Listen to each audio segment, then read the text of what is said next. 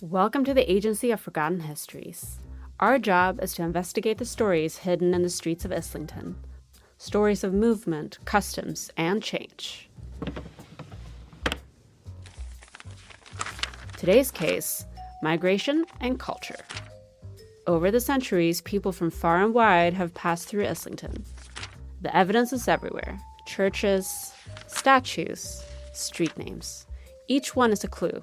Each one is a piece of the puzzle. And today, we're putting it all together. But to get to the heart of it, we need someone with the right kind of knowledge. Someone who's been around enough to know which doors to knock and which story to tell. Jane.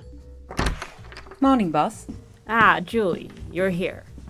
Time to pass the baton to you. You need to go and meet Jane from Islington Guided Walks and report back to me with your findings. Okay, boss. I'm right on it. Step outside, follow the trail, and see what you can find.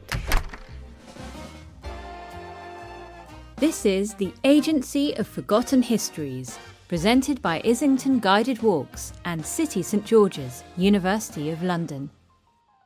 Today's case, migration and culture.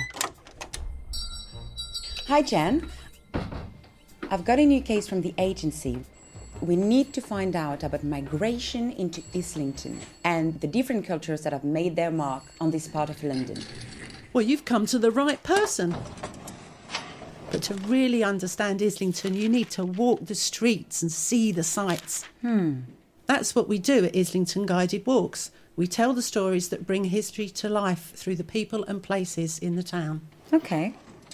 When it comes to migration in Islington, there's so many places you could look at.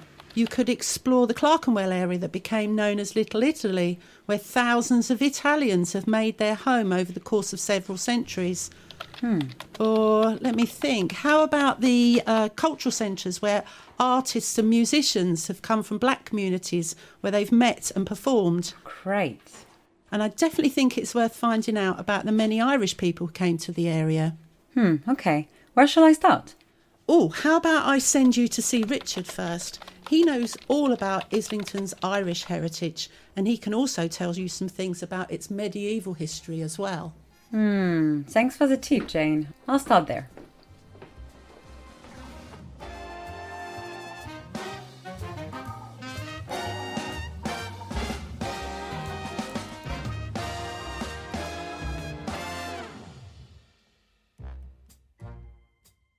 Hi, Richard. Nice to meet you. I'm Julie from the Agency of Forgotten Histories. It's a pleasure. So you asked me to meet you here at St. Joseph Church.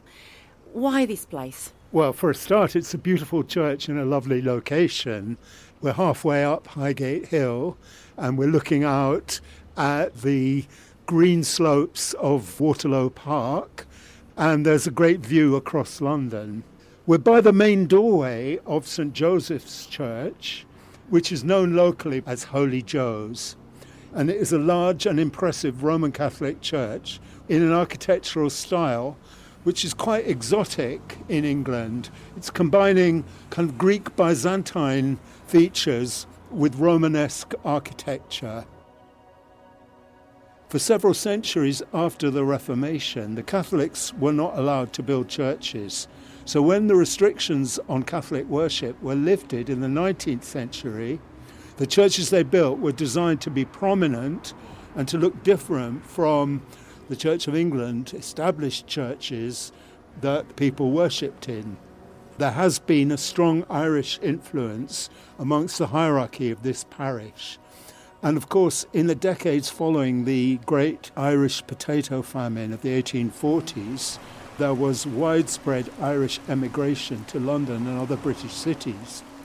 The church runs a primary school and has an active social centre which organises regular ceilidhs, and it's closely associated with the nearby boys' secondary school, St. Aloysius.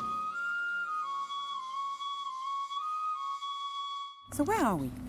So we've walked down Highgate Hill and we're now standing at the base of the hill in front of a stone which marks the place where a very famous figure, Dick Whittington, according to legend, turned round and was persuaded by his cat to make his way back to the city to make his fortune. By his cat? Yes, and that's why there is a cat on top of the waymarker. The cat has been adopted as the logo of the great hospital named in Whittington's honour just around the corner, and we're going on there now.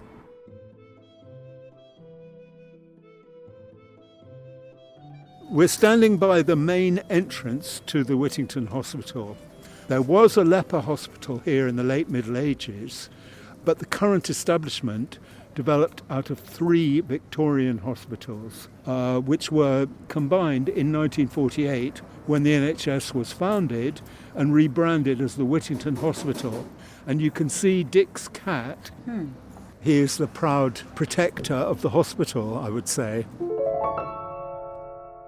We're just standing next to a large monument which commemorates the service of 40,000 nurses and midwives from the Caribbean and Africa who came to Britain between 1948 and 1973.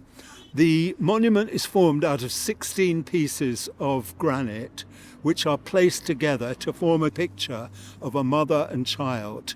So Whittington Hospital is a symbol of all hospitals in London, really, and how they've been kept afloat thanks to migration.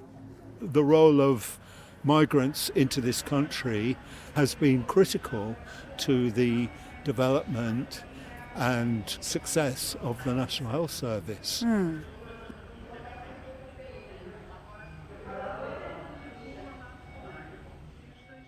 We're now standing outside another Roman Catholic church, St. Gabriel's. It's an interesting building. It is very much in a kind of modern brutalist style. And when I lived in this area back in the 70s and 80s, the congregation here was almost entirely Irish. But that has really changed in recent years. And now there are a lot of Lingala worshippers coming here from the Democratic Republic of Congo and Filipinos. So an interesting demonstration of the demographic changes that have taken place in the area. We're now standing by a very nondescript modern block. This was once the famous Gresham Ballroom.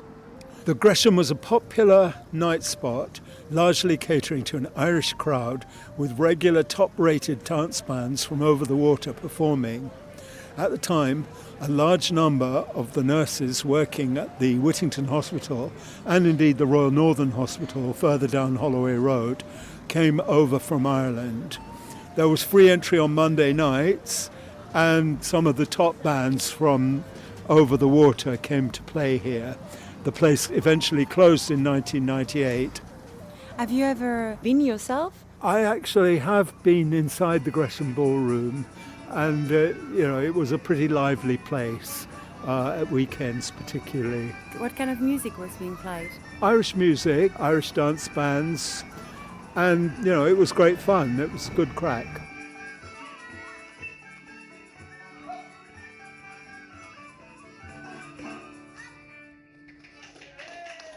A good crack indeed. And before I get carried away, Richard points me towards Rob, who knows all about the Italian history of Islington. So I'm heading over to meet him at Farrington Station.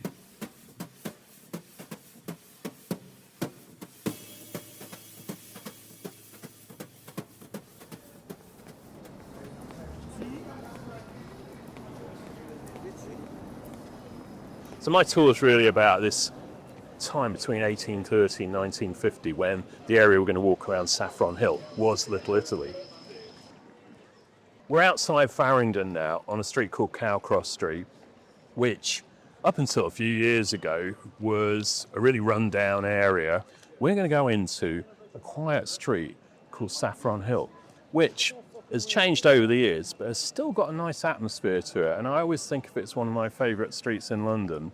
It's called Saffron Hill because they were selling saffron originally. They were trying to cultivate saffron. So saffron is a crop that's worth more than gold in the 1500s. And they were importing it from Europe and from Asia. A lot of people tried to cultivate saffron in Britain. So the Bishop of Ely, who owned the land here in the 1500s, he also has a go, and that's why it's called Saffron Hill. So we're now standing in Saffron Hill, and we've got some buildings here from the late 1800s, which were formerly warehouse, so with big square windows and tall office blocks. So it's very different from when the Italian migrants were coming here in the 1830s. Now, Saffron Hill is a real hotbed of crime, and in fact, they didn't have a postal service down in Saffron Hill because the postman was afraid to come here, and he would only come if he was accompanied by someone carrying a pistol. Charles Dickens writes about the street, and one of the things that he picks up on is the brightly coloured handkerchiefs which hang from outside all of the shops in Saffron Hill.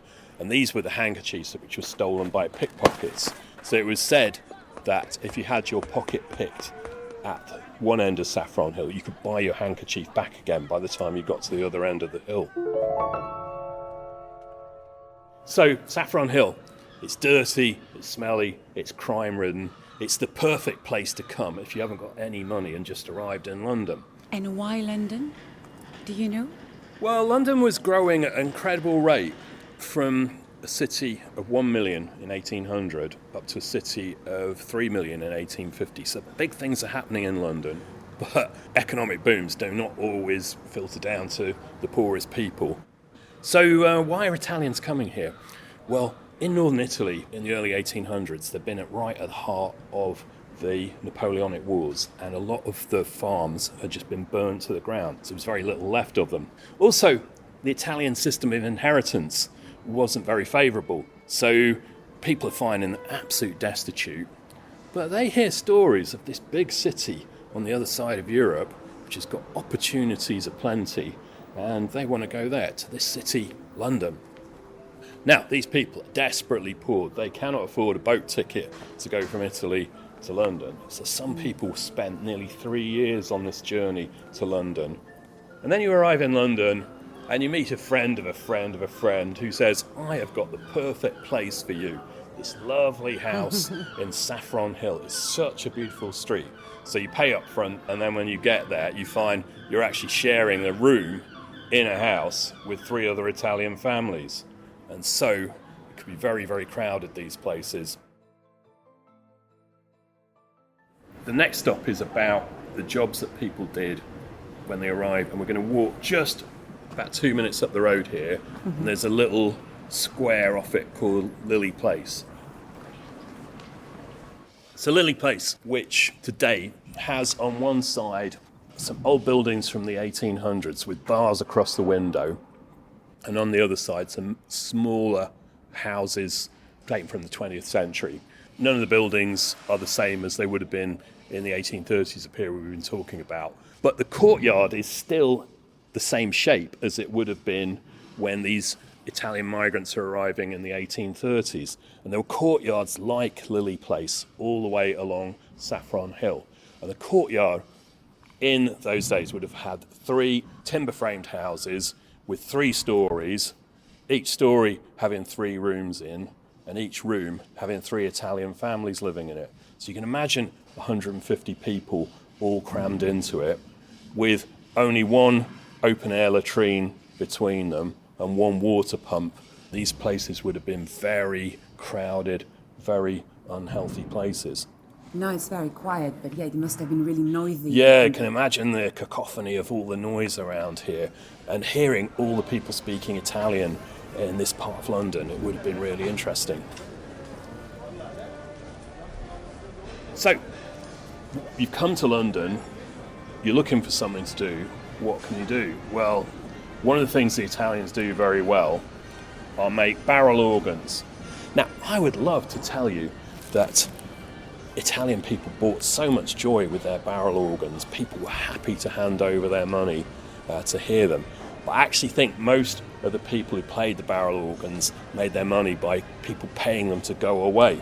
It's hard work playing a barrel organ, and no grown man really wants to make money from playing a barrel organ. What they do is get children to do it for them.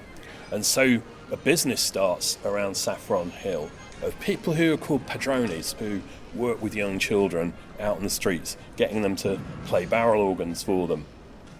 It's not unknown for the padrones to give the boys a beating, and if the boys run away, well, there's always another source of children to come from Italy. Crossing Clerkenwell Road now. So Clerkenwell Road's actually relatively new on the scene, and it was built slam way through the Italian area in the 1870s. So it was a new road which ploughed through the area. So there's a bit of a change in the 1870s and the 1880s. All those old timber frame buildings from the 1600s are pulled down and replaced by newer buildings. So you start to get more affluent, more educated people who come to join the community. People who make instruments like barometers and telescopes, people who are glass makers, people who are musical instrument makers, piano makers. They're a little bit more skilled, got a little bit more money behind them, and they want to make a more established community. When you get more established, one of the things you want to do is set up a church, which we can have a look at in just a moment.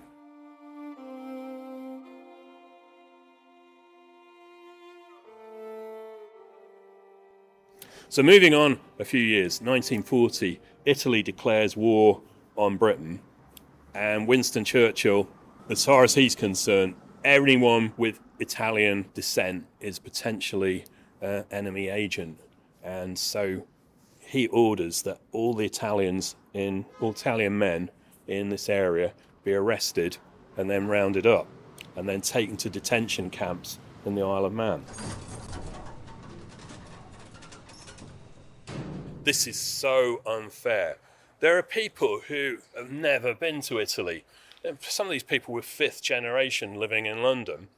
Some of them had even served in the British Army in World War I a few years before, and now they're treated as enemy agents. The worst tragedy happens to a group of them who are sent on a ship called the Anadora Star, not to the Isle of Man, but to Canada. So the Anadora Star was an old cruise ship, and it was taking people from Liverpool around the coast of Northern Ireland. When they go around the coast of Northern Ireland, they're tailed by a German submarine, who then, when they get out into the open sea, open fire, and the ship sinks. Well, there were about 650 passengers on board, all Italian or German from London, and they think about 450 of them all die, and a good proportion of those are men from this area. So the whole of this community has its heart ripped out by this tragedy. After the war, the community here was never really the same. They never recovered from that tragedy, and the community starts to begin to disperse. But it's still represented by the Italian church. Roman basilican kind of church? How would you describe it, Rob? Yeah, it's a very Italian designed church. The church in Rome were rather worried about this community which was growing up in London. If spiritual needs weren't looked after, they might go and join the Church of England. That's the worst possible fate that might happen. So building a church which was familiar to the people from back home was quite important. But it's very difficult to keep everyone happy. Nearly every town in northern Italy has their own saint which they're loyal to. So they go with St. Peter's because that's a sort of fairly neutral choice. But inside the church, there are alcoves for different saints, and that was a way to keep each town's residents happy. No, my detective sign is coming back. I think I'm going to sneak inside. Yeah. We have the organ at the back. Beautiful. Oh, and it looks like there is a memorial at the back. And it's for the people who died in the ship. Let me have a look. And so I can see all the scents that you've mentioned earlier. Yes. They're all here. Yeah, they've got like you can see all the different alcoves. And at the back, I went to see the memorial. Yeah, that's right. Yeah, so very sad, very poignant. Yeah.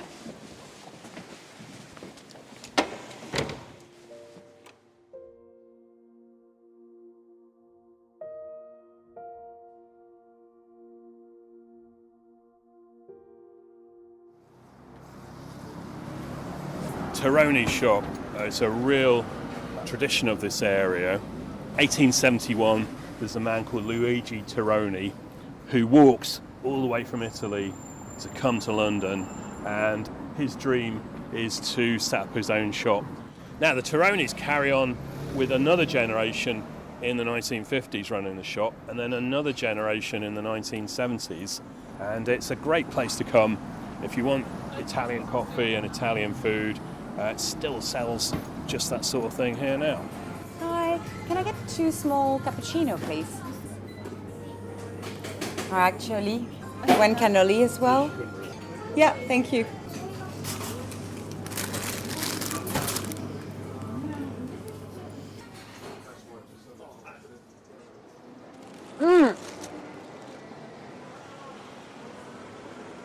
So good.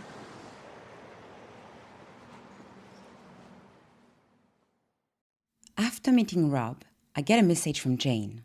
She's given me a contact for Avril, who's going to show me an important place for Islington's black community.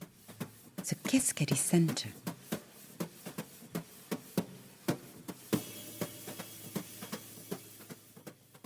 We are standing in Gifford Street, and had you been standing here in 1971, you would have probably seen an old church, which was then taken over by Oscar Abrams. And Oscar Abrams was actually an architect.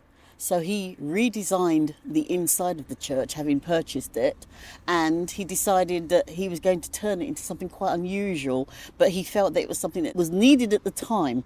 It became a theatre workshop for young, mostly black, but anybody was welcome. So you would come along to this place, and inside you would find a library and also find chairs, desks. So you'd be going back to school in a way, from school in the daytime. I love the idea of a place to go like that after school and meet your friends. Yeah. And you're only there for a few hours, and then your parents either come and get you, or you make your way home and your parents are at home. It was quite a good idea. It's a shame we don't have that sort of thing nowadays.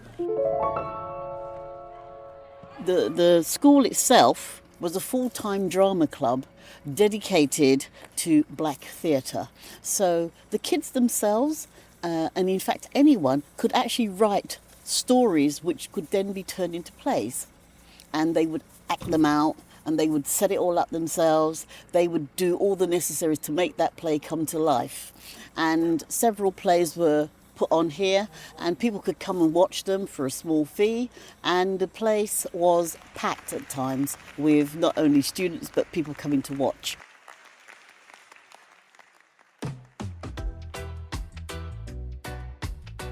One of the most famous people that they had here was Bob Marley. Bob Marley came here to make his video for Is This Love? Mm-hmm. And if you watch the video, you will actually see him skipping down the street.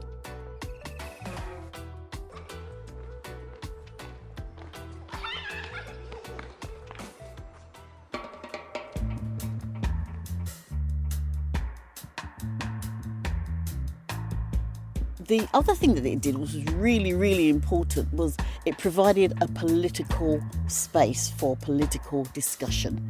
And I don't know if you know, but in the 80s, 70s, 80s, there was a lot of discussion going on about black people.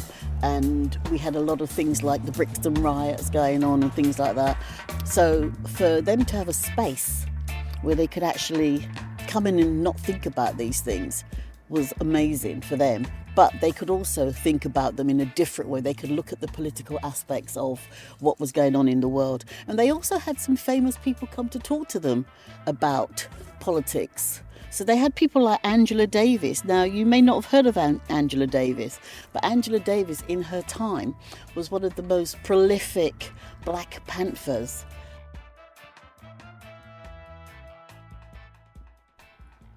And was it for free? It was for free because it was actually it was the Islington Council that supported them. Now, you've also got to think about the cost of putting on a show, which means you have to get all the artists to the venue, got to do all sorts of things, and that costs money. And that started to put a strain on the theatre. So much so that by the 1990s, they went bust. So they had to close the place down, which is a real shame. And it reverted back to being a church. Now, in 2011, Islington Council decided to put a nice green plaque on there, just saying about the Keskadee Centre being there. In 2012, however, there was a fire and the building was burnt down and the plaque was taken. The plaque was not burnt. The plaque was actually stolen. So do we know where it is now? We don't. We don't have it. Well, Islington Council certainly don't know, and I don't know. Basically, it's been gone a long time, and they don't know where it is. But it was there for at least a year before the building was burnt down. Now, they don't know if it was deliberate or not, but the fire started, the place burnt down, and ever since then, it's really been closed, and this is how it looks nowadays.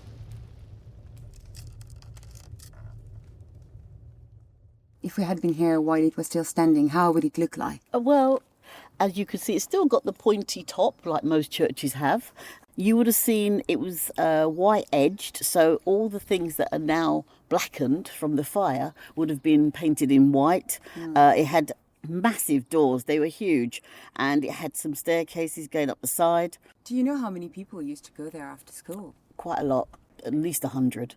And they had different classes going on. Some of them would have gone on to do good things, like Kwame Kwayama. He was, up until last year, the director of the Young Vic.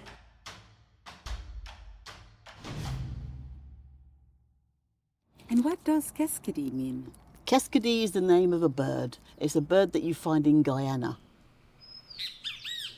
Oh, it's really gorgeous. It's yellow underneath, it's got red wings, and it's got white throat and black beak.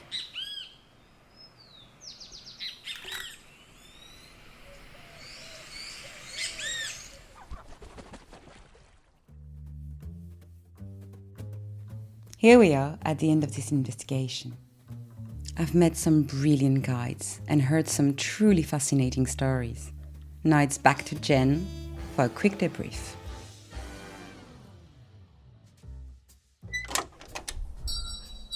I'm back! Okay, I've dug out a lot of clues and stories about the history of this area. Great. I'm glad to hear it, but you do know there's lots more to find out and many more walks you can go on with our guides. Really? I'd love that. If you ever need to track down some more leads, you can book a tour or find out more information on our website at islingtonguidedwalks.com. I'll be sure to include that in my write-up.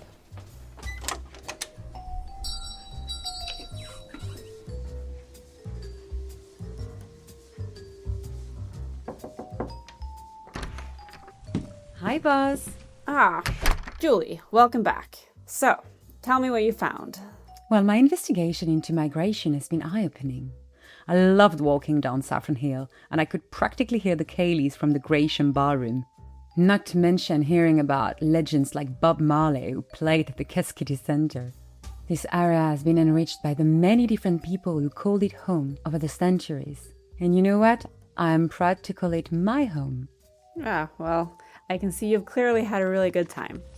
As long as you make sure to get me that report by tomorrow, end of day. Yeah, sure thing, boss. I'll get on that right away. Case closed.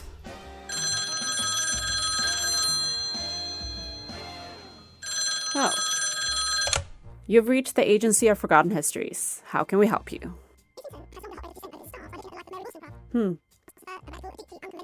Very interesting. Well, I'll pass the message along to one of my detectives. We'll be right on it. Ah, looks like we got another forgotten history to uncover.